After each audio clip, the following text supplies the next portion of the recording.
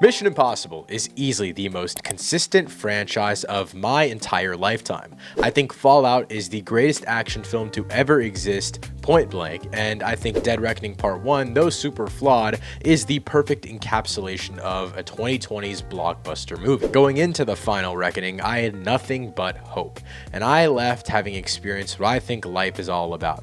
I laughed, I cried, my theater cheered, but in all of it, I left in silence. The credits rolled and I sat there just thinking of this experience that I had, and now I want to talk about it. Warning, this video will be containing spoilers for Mission Impossible: The Final Reckoning. If you want all of my spoiler-free thoughts, you can find that in my franchise ranking. And before we get into all of my thoughts, I'd love to hear what you thought of this film in the comments down below. Was this an ambitious and delivering finale, or were you disappointed by it? What do you think of the franchise overall? Let me know all of your thoughts while I'm talking about mine in the comments down below. But without wasting any more time, let's get into it. For context, unlike most of my videos, I don't have a lot of notes written down right here for me to look at throughout the entirety of this video, because the things that this movie made me feel, I just want to talk about. So excuse me if I'm ranting a little bit, but again, let me know your thoughts in the comments. I want to start off by just talking about what this entire franchise has kind of led up for me, especially these recent batch of movies. And when I say recent, I mean like the last 4 or 5 films, which have been coming out since 2011.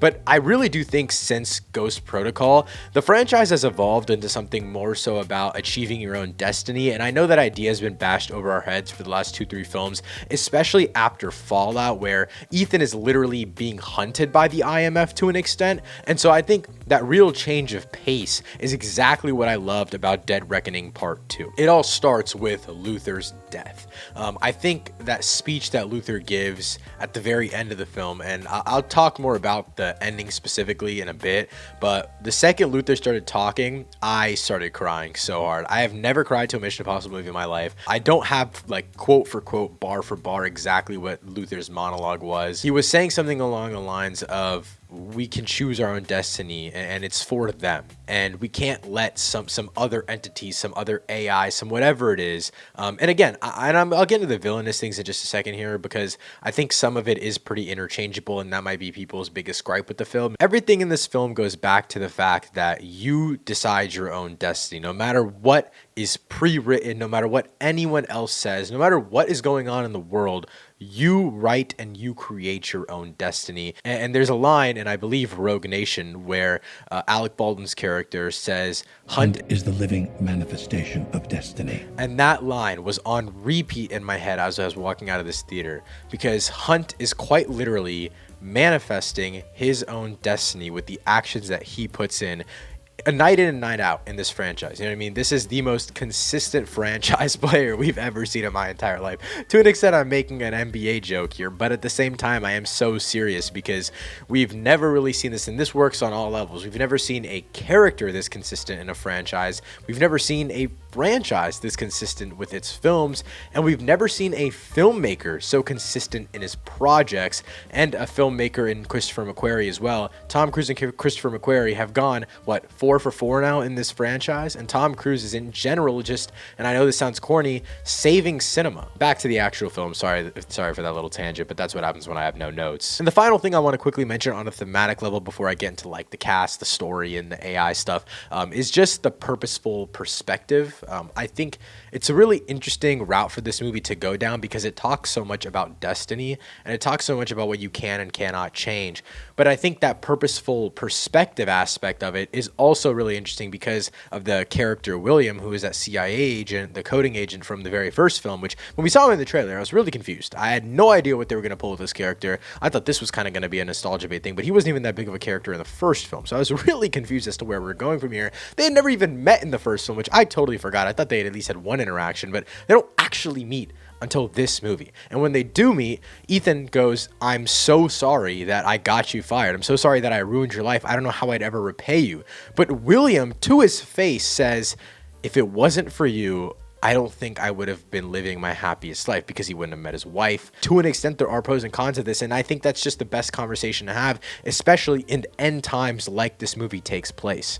I think this film is about having people that you love and having people that you care about and all of that being at risk. And this is where I kind of want to get into the whole villainous idea, the AI future. Now, for starters, I think Gabriel betraying the entity is a really, really great catalyst.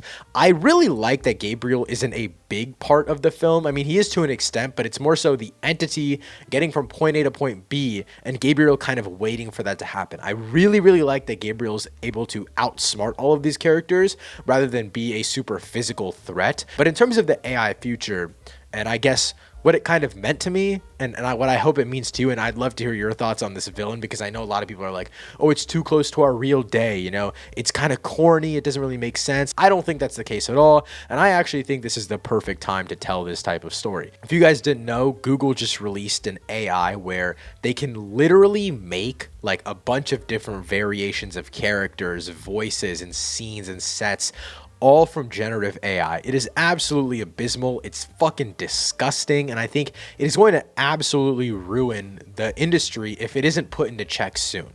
And I think this film takes that exact idea, but obviously it's not talking about Google's new AI. It's more so talking about the nuclear and war repercussions of this, which is what a spy movie is going to do, taking it to the highest, most defensive extreme. But I think it's the perfect parallel to our real world and the art form that is this film that is being compromised by things like AI. I know this isn't the first time this conversation is being had, and I know a lot of people just think it's corny to talk about, but I think it is a real problem, and I think it is a really balls to the wall move for this movie to have its core idea surrounding the main problem that the industry is having right now. All right, I'm going to wrap up all of the mumbo jumbo thematic talk now. I want to get into the storytelling and more so like the character work, the writing of this film, because that's where I think a nearly, what was it, 2 hour and 49 minute movie, it really flew by for me. Granted, I'm recording this after only have been seeing the film one time. Plan to watch it 2 more times opening weekend, which is a little bit absurd, but I really just loved the film. I walked out, opened my Regal app, and tried to find the first showtime I could go to tomorrow. I don't know. I really do think that the pacing of this film is fucking insane. 2 hours and 49 minutes.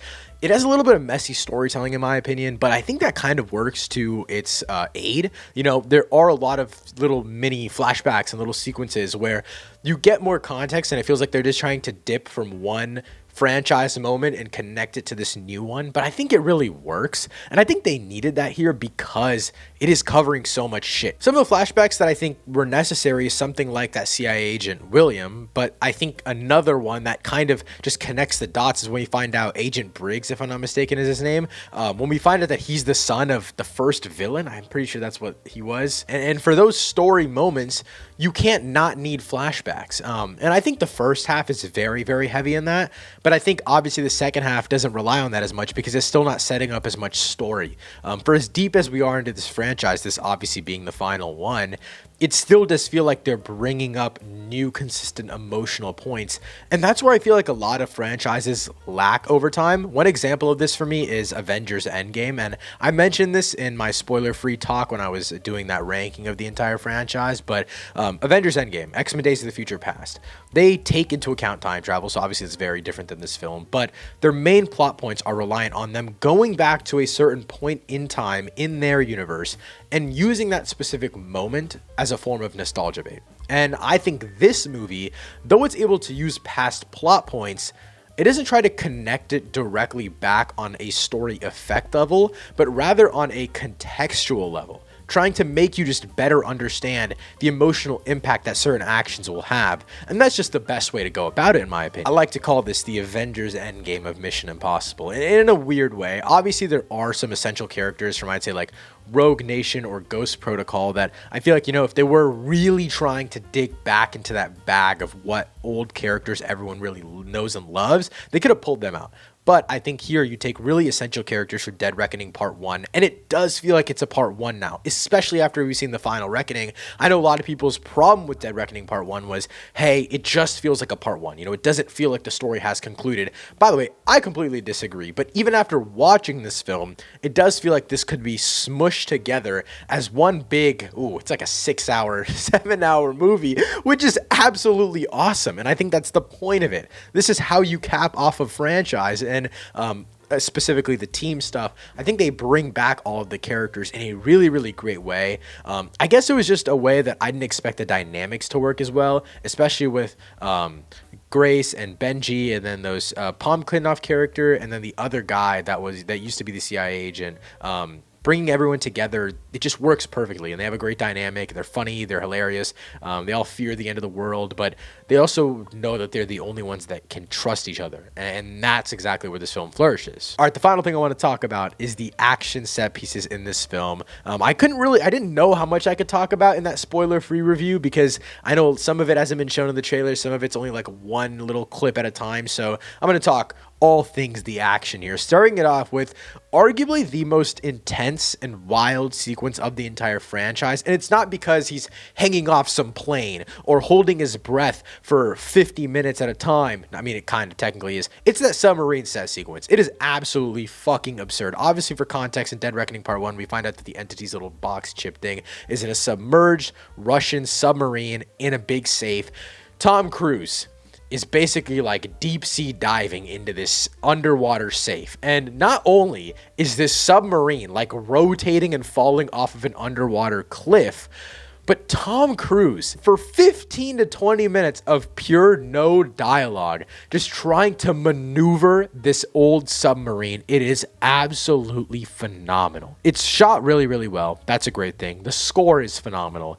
But I just think it's how they maneuver the set. And I know that there were apparently a bunch of set problems. I think the set broke a couple of times, delaying some of the filming. 100% worth it. This scene is fucking absurd. The best thing I can say about the submarine sequence is normally my resting heart rate is 50, and it went up to 160 during this scene. It had me on the absolute edge of my seat, and though it's not some Tom Cruise hanging off of a plane sequence, I genuinely did think that he could have died. There are two really great hand-to-hand fight sequences in this film. There's a knife fight sequence between a shirtless Tom Cruise and some random-ass submarine guy, and this is obviously before the big submarine fight sequence, or escape sequence, and then there's that house fight between, like, the rest of the team that's led by Benji and then these Russian soldiers that were at Williams' like cabin at that tower. And I think it is absolutely phenomenally intercut. The hand-to-hand in this franchise never disappoints, and I know I mentioned this a bunch in that ranking of the entire franchise, but those first three movies, if you had put these two fight sequences next to those first two movies, I would have never believed it's from the same franchise, because those first three movies have so much guns blazing, insane, wacky, like fast-moving cinematography. I really, really love the way that these two sequences were shot. There are a lot of, I guess, like mounted camera shots in not only the underwater submarine sequence, but this knife fight in the submarine as well. That's the American submarine, not the Russian one that's sunk in, where it's an IMAX shot, but they are doing some sort of wide angle with it, really getting the curved edges of the submarine on the interior. And I really, really like that. It's something I've never really seen before. And I think F1 will probably do something like that as well, since that's shot almost exclusively in IMAX as well, which will be really interesting. And then there's a Jeep chase sequence, which I guess by the measures of this franchise wouldn't even really be considered like a stunt. I'd still consider it an action set piece, but it was pretty short in the grand scheme of things. But when you look at like the terrain that they're on, the caves that they're maneuvering, the fucking flips that the Jeep that Tom Cruise is in is doing, I would consider that a crazy action set piece. But I think this franchise has just set the bar so high that no one even counts that anymore. But then we have a plane chase sequence where Tom Cruise jumps from one plane that he is maneuvering to another, takes over the plane, sits in it, jumps out while the plane is on fire, lets go of his parachute catches on fire, and then he free fall dives until his next parachute comes out. That is a set of words that no one in the history of humanity has ever said before, and my heart rate at that moment of Tom Cruise jumping from that flaming plane, that would kill a Victorian child. This is one of the greatest action set pieces in filmmaking history, in my opinion. And the reason I say that, and I think this franchise has had obviously phenomenal set pieces. I don't want to spoil which one is my absolute favorite yet, but one of the favorites of the franchise, and another great all-time stunt, is the Halo jump sequence sequence in Fallout. And I think the Dead Reckoning Part 1 motorbike jump off the cliff into the parachute is also absolutely phenomenal. There is a good bit of CGI blending. With the Halo jump sequence, I think it's because of the storms. And then the Dead Reckoning one is because they're kind of taking out and CGIing the ramp that he's going off of. In this film, there was probably CGI. I could not tell.